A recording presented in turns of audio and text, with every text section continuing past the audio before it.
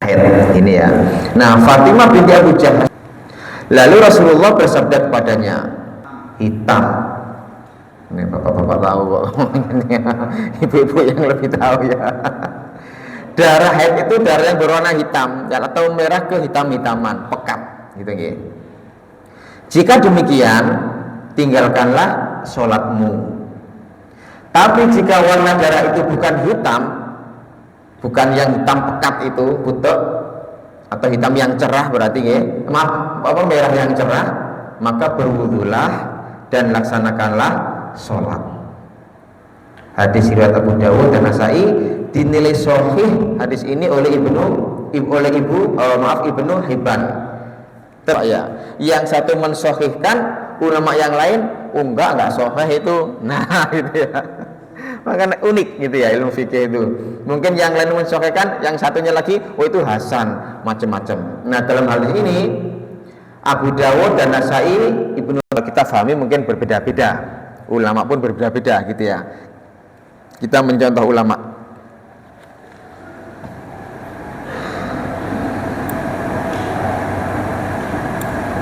Nah, saya jelaskan lagi, ada perbedaan darah haid, ada perbedaan juga darah istihadhah. Yang perlu kita pahami, darah haid itu Ibu, warnanya apa tadi? Hitam, nggih. Warnanya hitam. Berarti darah istihadhah warnanya bukan hitam, alias apa? Merah keputih-putihan, cerah merahnya ya, seperti darah pada umumnya, normal gitu ya, normal.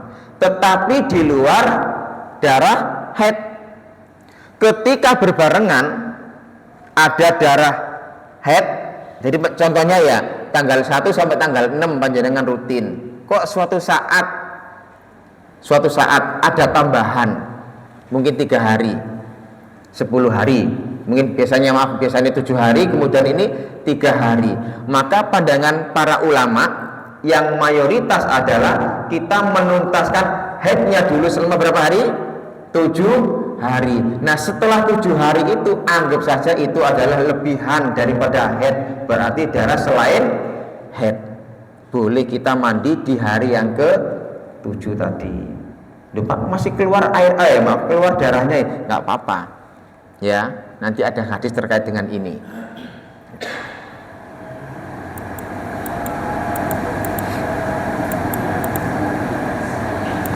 Nah, bagaimana kalau dia itu tidak tahu antara darah haid dengan darah istihadhah? Bagaimana kita melakukan hal ini? Bagaimana, Bu? Saya tanya, ketika darah haid bercampur dengan darah istihadhah, yang dihukumi itu darah haid atau darah istihadhah? Darah menang mana kalau seperti itu? Berarti yang kita lakukan itu, kita kan punya posisi ya, tuh. Darah kok seperti ini ya, apalagi panjenengan tahu terkait dengan sakit itu ya, ada penyakitnya. Loh, ini darah haid bercampur juga dengan darah istihadhah. Kita nggak ngerti ini ya, apa ini darahnya nek? Ini darah haid atau darah istihadhah ya? Yang kita dahulukan atau yang kita tanamkan dalam diri kita itu darah haidnya dulu atau darah istihadhah dulu? Haid ya. Oh, ini darah haid, ini warnanya kok seperti ini. Itu nggih. Berarti kita tidak melaksanakan sholat. Di luar itu yang saya katakan tadi, di luar yang kebiasaan tadi itu, maka itu termasuk yang istihadhahnya. Memang sulit ya. Imam Syekhul Islam Ibnu Taimiyah juga mengatakan bedanya antara darah haid dengan darah istihadhah itu sulit. Gitu ya. Bagaimana untuk mengetahuinya? Lihat saja yang mengalami, tanyakan yang mengalami. Siapa? Ya perempuan itu tadi. Di luar kebiasaan itu kita nggak usah khawatir, nggih. Jadi ketika panjenengan haid rutin di hari ini, panjenengan kan tahu, Bu ya, haid panjenengan ya. Oh, haid saya ini sama ini. Nah, di luar itu udah jenengan jangan khawatir. Bersuci kemudian mandi. Abaikan saja di luar darah haid. Di waktu haid jenengan abaikan mawon, nggih. Karena itu nanti ada hadisnya. Kalau jenengan kok khawatir terus, wah ada darah, kemudian nggak sholat, ada darah nggak sholat, kapan panjenengan sholat? Ternyata itu darah istihadhah, gitu ya. Nah, bagaimana dengan darah istihadhah? Apa yang dikhawatirkan seseorang itu dia ketika dia mengalami istihadhah, atau bagaimana seorang wanita itu dia bisa tahu bahwa ini darah istihadhah? Maka Nabi sudah menyebutkan darah istihadhah itu adalah darah yang berwarna merah ke putih-putihan. Meskipun panjenengan sulit bertemu ibu-ibu, ini darah apa sih ini rek?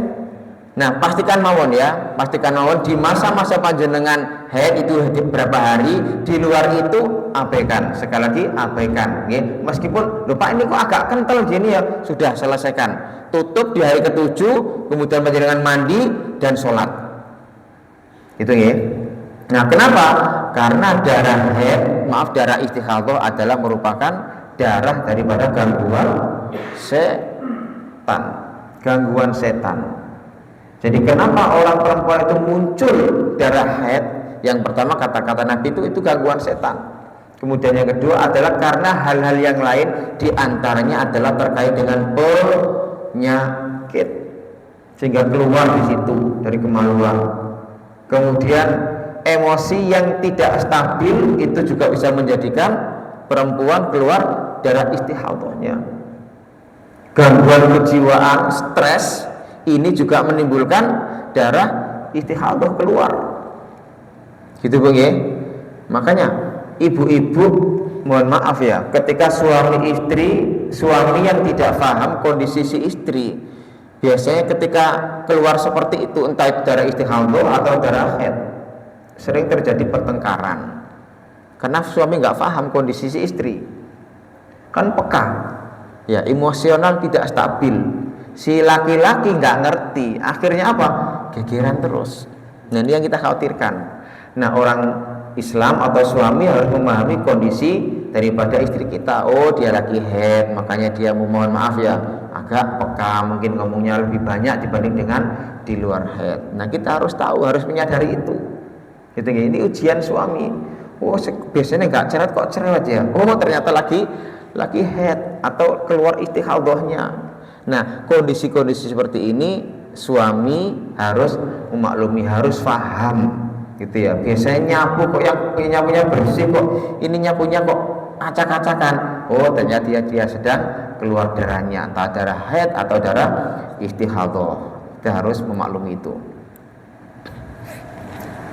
Kemudian ada hadis lagi yang diriwayatkan, mohon maaf, ini ada perselisihan daripada para alim ulama. Tadi yang dikatakan Nasa'i tadi kan, oh hadisnya ini sahih, gitu nggih. Hadisnya sahih berarti beliau dan penganut beliau itu mengatakan bahwa ini hadis sahih. Maka setiap kali mau sholat dia harus mandi layaknya hadis tadi. Zuhur dan asar maka mandinya cukup sekali, dan itu bisa diakhirkan. Zuhur diakhirkan menjelang asar, jadi kurang berapa menit asar dia boleh mandi di situ. Mandi kemudian sholat zuhur, mungkin 10 menit lagi, seperempat lagi sholat asar dengan sekali mandi. Maghrib sama isya, yang maghribnya diakhirkan. Mau isya mandi, mau isya mandi, kemudian sholat maghrib 3 rakaat, tunggu sebentar, sholat isya 4 rakaat. Itu dibolehkan, ya. Nah, bagaimana pendapat yang lain? Perbedaan di kalangan ulama itu kan macam-macam Pak ya. Nah, di kalangan yang lain ini, imam mazhab yang 4 tidak sepakat tidur Pak. Nggak tahu. Imam mazhab yang 4, Abu Hanifah, Abu Hanafi, Maliki, Syafi'i sama Imam Ahmad, itu tidak sepakat dengan hadis tadi. Siapa Pak hadis yang ngomong tadi Pak? Rawi yang ngomong siapa? Abu Hatim. Ya. Nah, itu enggak sahih itu. Termasuk mazhab yang 4 ini enggak setuju. Kenapa? Wa ma ja'alallahu alaikum fiddin min haraj. Betul ya? Allah tidak menjadikan kamu dalam beragama itu sulit, susah. Kalau harus mandi, zuhur sama asar mandi, maghrib sama isya mandi, subuh mandi lagi. Yo nek seger pas angkep gitu ya, pas panas enak. Kalau pas kedinginan, nah itu alasannya. Jadi beliau mengambil surat apa kalau lupa itu ya. Wa ma ja'alallahu alaikum fiddin min haraj. Ini alasan mereka berempat ini. Jadi Allah itu nggak menjadikan susah untuk kita. Allah itu mempermudah kita. Kenapa kok mempersulit dengan cara mandi? Cukup mandi jadikan sunnahnya gitu ya. Sedangkan yang lebih utama adalah berwudu. Ini menurut Imam Madzhab yang 4. Kalau menurut Imam Nasai tadi ya wajib, ada hadisnya kok gitu ya. Tapi imam yang 4 ini beralasan yang lain, diantara adalah salah satunya surat tadi itu wa ma ja'ala alaikum fiddin min haraj. Allah nggak jadikan susah kok. Kita itu beragama mudah gitu nggih. Jadi memungkiri hadis tadi seperti Abu Hatim memungkiri hadis itu enggak, hadisnya kurang sip, enggak sahih. Sehingga apa?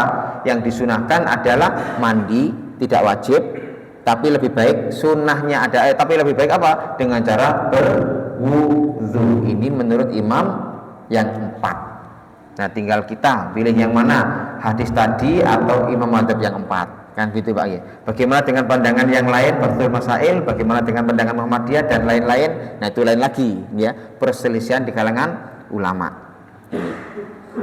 Jadi sekali lagi, imam yang 4 mempunyai pemahaman tidak wajib mandi, justru lebih utama berwudu setiap sholat.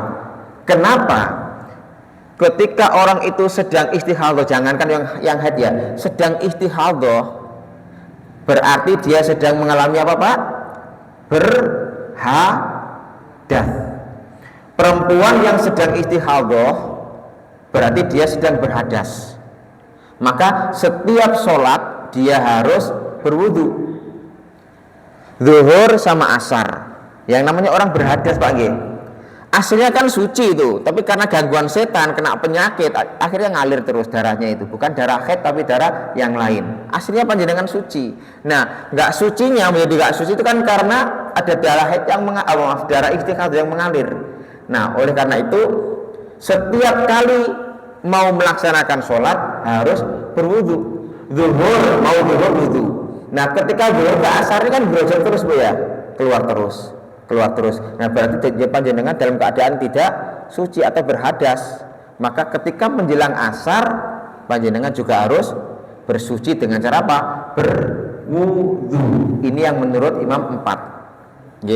Jadi bukan mandi mungkin 10 menit, seperempat menit, seperempat jam panjenengan mandi, kemudian sholat duhur, kemudian sholat asar, monggo sesuai dengan hadis tadi dibolehkan. Tapi ada ulama yang lain nggak harus seperti itu. Ya, nggak harus mandi. Setiap sholat panjenengan wudhu sudah cukup, gitu nggih. Jadi bukan wudhu sekali untuk sholat duhur dan asar, bukan. Kenapa? Karena duhur rentannya sama asar. Nah jenengan dalam keadaan berhadas, keluar darah haid istihadhahnya itu. Maka ketika menjelang duhur panjenengan yang ibu-ibu harus wudhu lagi. Dari asar juga demikian, ke maghrib itu kan keluar terus. Ketika mau sholat maghrib, wudhu lagi. Maghrib ke isya juga demikian, ya, sama halnya dengan subuh.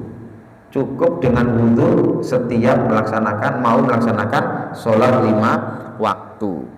Wah, saya tak mandi aja seperti hadis tadi, monggo. Ya, perselisihan. Selanjutnya ada hadis yang diriwayatkan dari Hamnah. Wa an Hamnah binti Jahsh qalat kuntu astahadu haydatan katsiratan syadidatan fa'aitu nabiyya sallallahu alaihi wasallam astaftih faqala innama hiya raqdatun minasyaiton. Ini yang saya katakan tadi. Fatahayyadi sittata ayyam aw sab'ata ayyam thumma tasili fa idza ra'aiti annaki tahurti wastaqti fasolli arba'an wa ishrina lailatan aw thalathan wa ishrina wa sumu wa solli fa inna dzalik yujzi'uka wa kadzalika faf'ali kama tahridun nisa Fa in qawiti ala an tuakhiri dhuhra wa tu'ajjil al-'asra thumma taksirina hina tadhurina wa tusallina dhuhra wal 'asra jami'an thumma ta'khirina al-maghrib wa tu'ajjilina al-isya thumma tattasilin wa tajma'ina baina surataini faf'ali wa tattasilina ma'a subhi wa tusallina wa tusallaini qala wa huwa ajabul amrayni ilayya rawahul khamsah ilan Nasa'i wa sahahu Tirmidzi wa hasanahul Bukhari. Ini yang saya jelaskan tadi, ya. Jadi ketika seseorang itu ingin, mohon saya bacakan artinya, mohon. Dari Hamdah bin Jahsh, dia berkata, aku pernah mengalami pendarahan istihadah banyak sekali.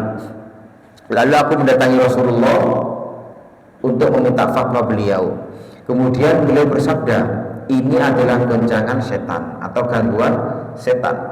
Karena itu cukupkanlah haidmu selama 6 atau 7 hari. Ini kata beliau Rasulullah. Setelah itu mandilah. Jika telah suci, sholatlah sebanyak 24 atau 23 hari. Berarti ini hitungan Rasulullah berapa hari, Pak?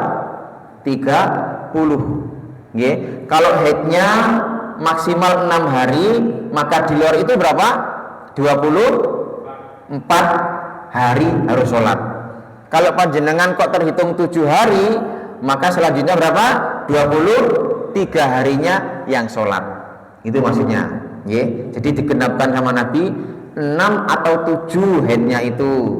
Sisanya itu beliau mengatakan 23 atau 24. Berarti hitungannya Nabi 30, padahal tiap bulan tidak selamanya 30. Nggih. Jadi sisanya mawon. Panjenengan kok haidnya 7 hari. Oh, tanggalnya maksimal 29. Berarti tinggal berapa itu, Pak? Bu? 20. Nah, itu maksudnya, nggih. Hitungannya Nabi dalam hadis ini 30 hari.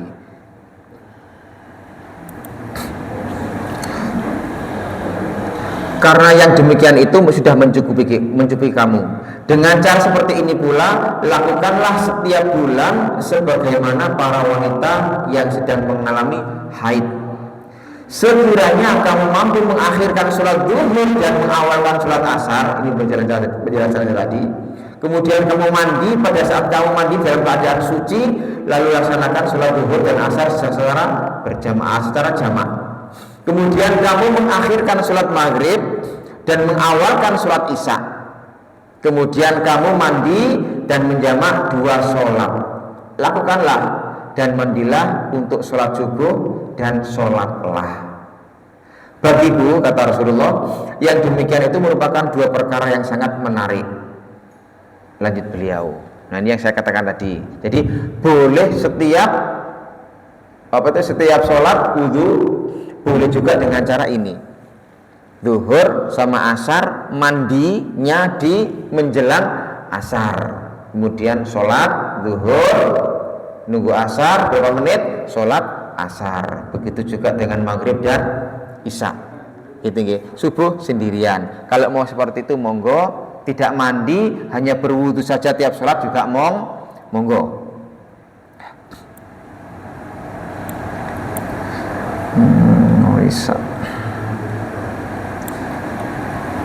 Lanjut, wa an Aisyah radhiyallahu anha anna Ummah Habibah bint Jahsh sakat ila Rasulillah sallallahu alaihi wasallam adam faqal umkuthi qadra makana tahbisuhu haidatuk thumma iktasili fakana taktasilu likulli shalah rawahu Muslim wa fi riwayatil Bukhari wa tawaddu'i likulli shalah wa fi Abi Dawud wa ghairihi min wajhi akhar. Ini juga penjelasan yang sudah saya katakan tadi dari Aisyah radhiyallahu anha bahwa Ummu Habibah binti Jahsh mengadukan suatu permasalahan terkait dengan darahnya yang keluar secara terus menerus atau darah istihadah kepada Rasulullah. Kemudian beliau bersabda, tunggulah sesuai hari-hari haidmu lalu mandilah. Maka setiap kali Ummu Habibah hendak melaksanakan sholat, ia mandi terlebih dahulu. Hadis riwayat Muslim. Tiap sholat. Dan riwayat Bukhari disebutkan, dan berwudulah setiap kali engkau hendak melaksanakan sholat. Nah, ini Bapak Ibu, ada riwayat yang saya katakan tadi, ya. Nah, tapi ada ulama yang mengatakan Nabi itu kan menyuruh siapa itu Ummu Habibah, apa yang disuruh? Selesaikan dulu haidmu. Setelah itu baru mandi, kan gitu Pak ya. Nabi tidak menyuruh, "Hei Ummu Habibah, kamu harus mandi setiap sholat." Bukan seperti itu kan ya. Nah, berarti perbuatan mandi setiap sholat itu adalah perbuatannya Ummu Habibah sendiri. Tapi Nabi nggak menyalahkan, gitu nggih. Jadi ketika ya Nabi, saya kok keluar terus ini darah saya ya.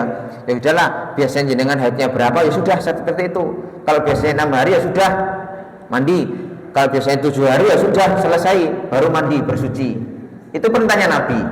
Tapi Ummu Habibah nggak merasakan itu. Setiap sholat beliau mandi. Tapi Nabi tidak menyalahkan. Ya sudah, kalau mau mandi kok mungkin jijik atau apa ya sudah, nggak apa-apa, gitu ya.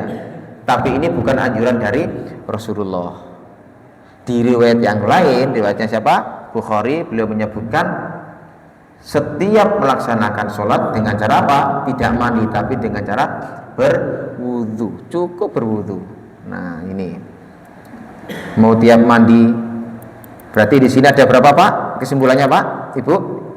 Ketika kita mau melaksanakan sholat dalam keadaan istighadah, kalau haid kan kita paham ya nggak mungkin sholat. Ini yang istighadah. Ada berapa? 3 cara ya. Yang pertama apa lagi? Dengan mandi di antara 2 sholat zuhur asar, mandi di akhir zuhur menjelang asar, atau di akhir maghrib menjelang isya, subuh sendiri. Yang pertama. Kemudian yang kedua, mandi setiap sholat. Nah, apa enggak kedinginan panjenengan mandi setiap sholat, khawatir malah kencing terus beser malah. Tapi nggak apa-apa gitu ya, nggak disalahkan. Dan yang ketiga apa? Dengan cara tidak mandi, cukup hanya setiap sholat berwudu. Nah ini ada 3 pilihan, dan ini meringankan kita, ya, meringankan kita, enak gitu ya.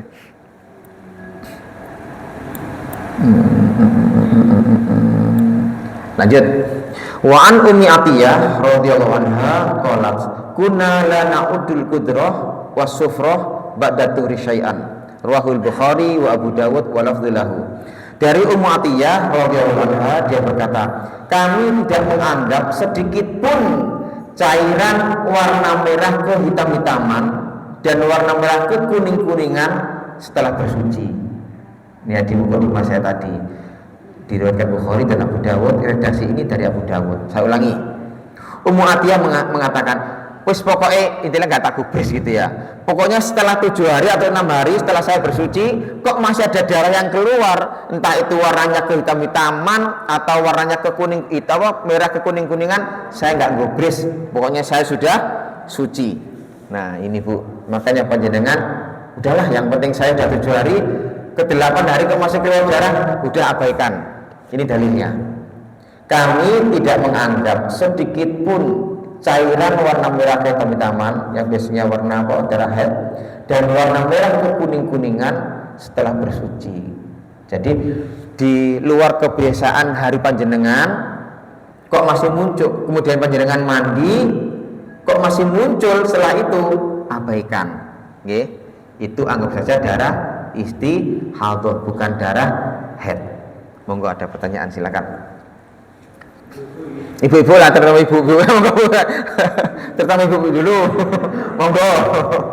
Iya ini terkait dengan darah haid, tapi kadang-kadang ibu malu ya Pak. Ini monggo Pak. Agak pilek ya, apa kan? Nggih. Mohon maaf, agak keringan.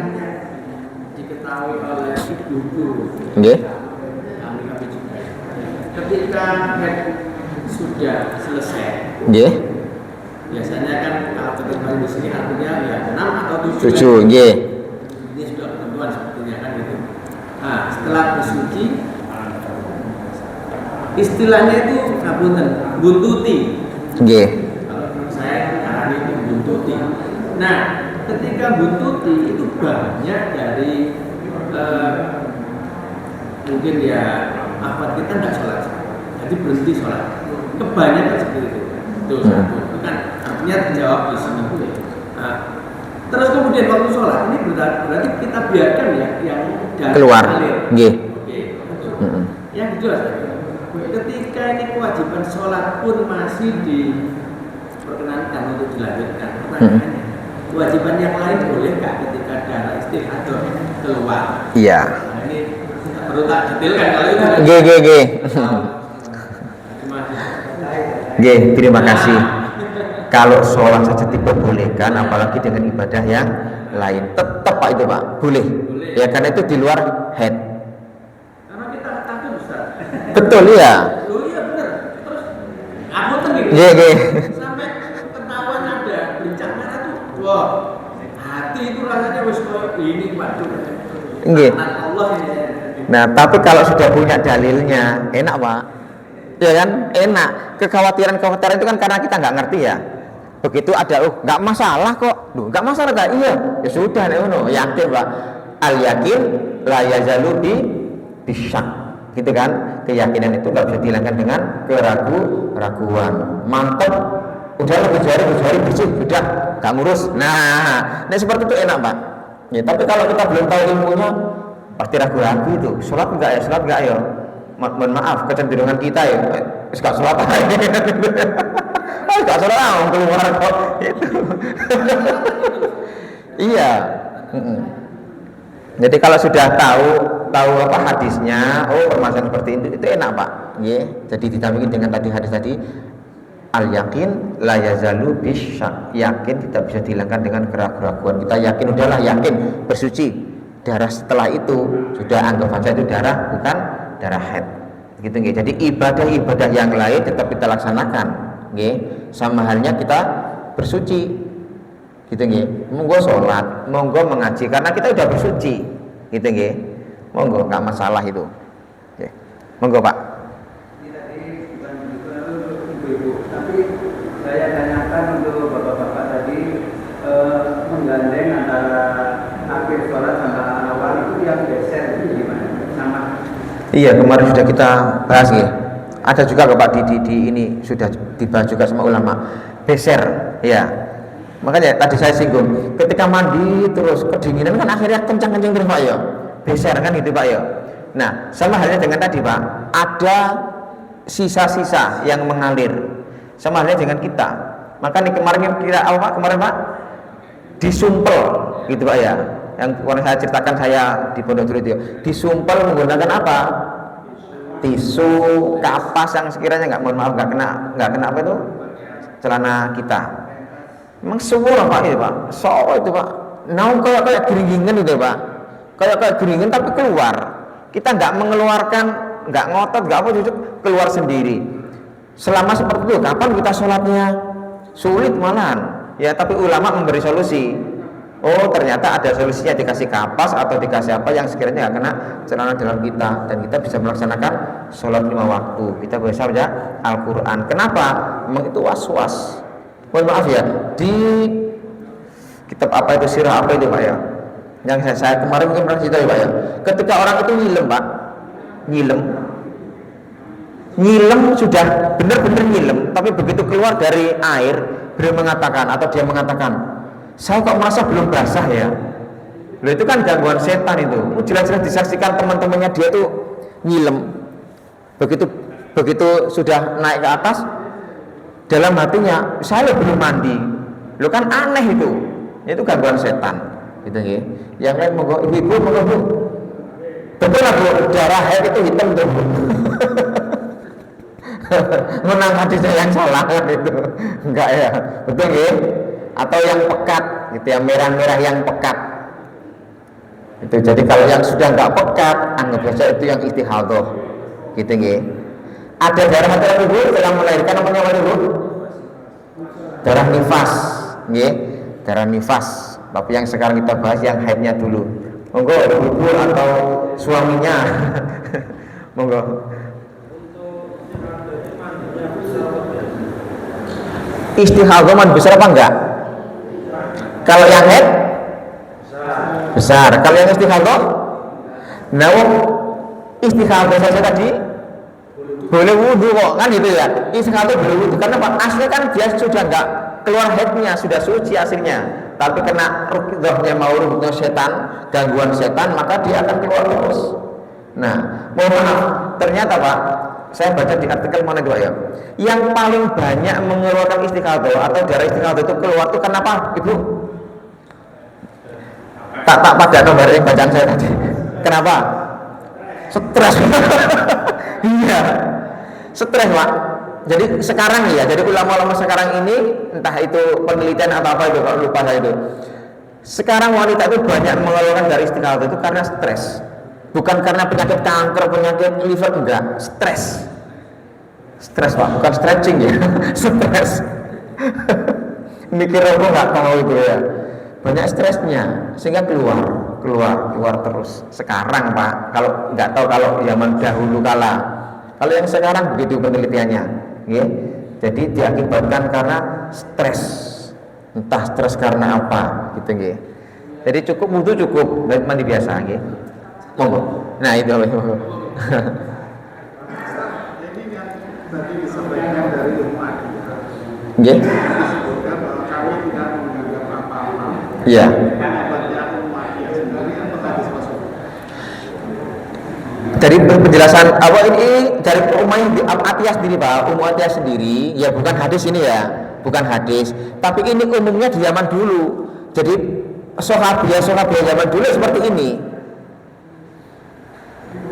bukan hadis, tapi ini pendapatnya Atiyah, ya. Dan ini mayoritas sahabiah seperti ini. Begitu selesai sesuai dengan yang disabdakan Nabi 6 atau 7 hari itu selesai, sudah mandi suci. Setelah itu keluar, udah kami nggak menganggap itu adalah darah haid.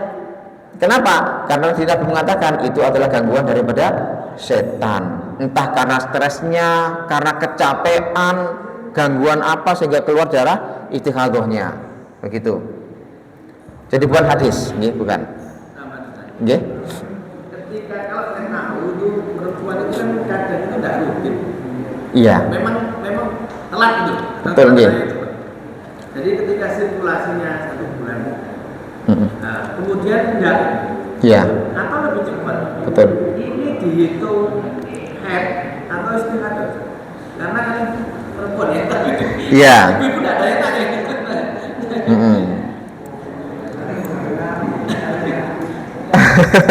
Iya Pak, saya sudah. Intinya kadang 15 hari muncul lagi, nah ini kan sulit ya. Nah, Betul nggih. Jadi tadi ya saya singgung perkataan siapa? Syekhul Islam Ibnu Taimiyah gitu ya. Yang tahu adalah kebiasaan, yaitu yang tahu adalah ibu-ibu. Ya. Kita yakin bahwa dari skala yang beda-beda tadi itu ada yang sering tetap. Biasanya mungkin saya contohkan 1 sampai 6. Itu sering. Tapi suatu saat di luar itu Pak, di luar itu, maka Imam Ahmad mengatakan yang menjadi indikasi bahwa itu haid adalah 3 hari yang berwarna hitam atau merah pekat tadi itu.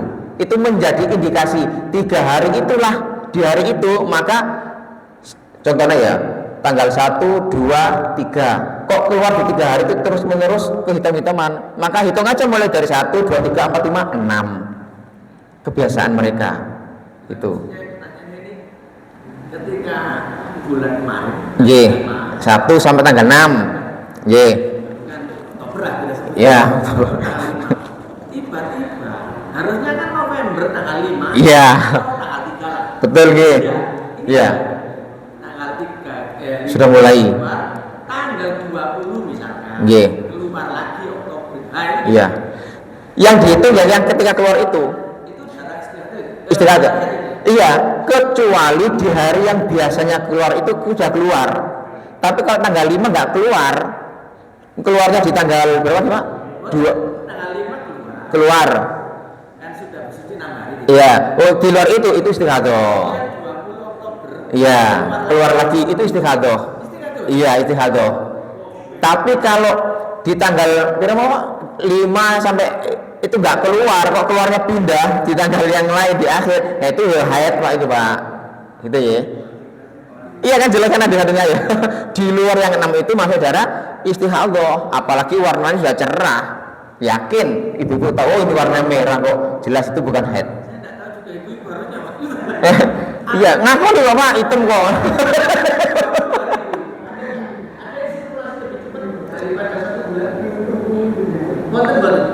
Ada Pak, kalau menurut Bapak Yai, Pak, ulama-ulama memang ada itu, dan itu pengalaman istri saya juga beda-beda Pak, itu Pak. Apa itu grade-nya itu beda-beda, maju mundur nih, beda-beda.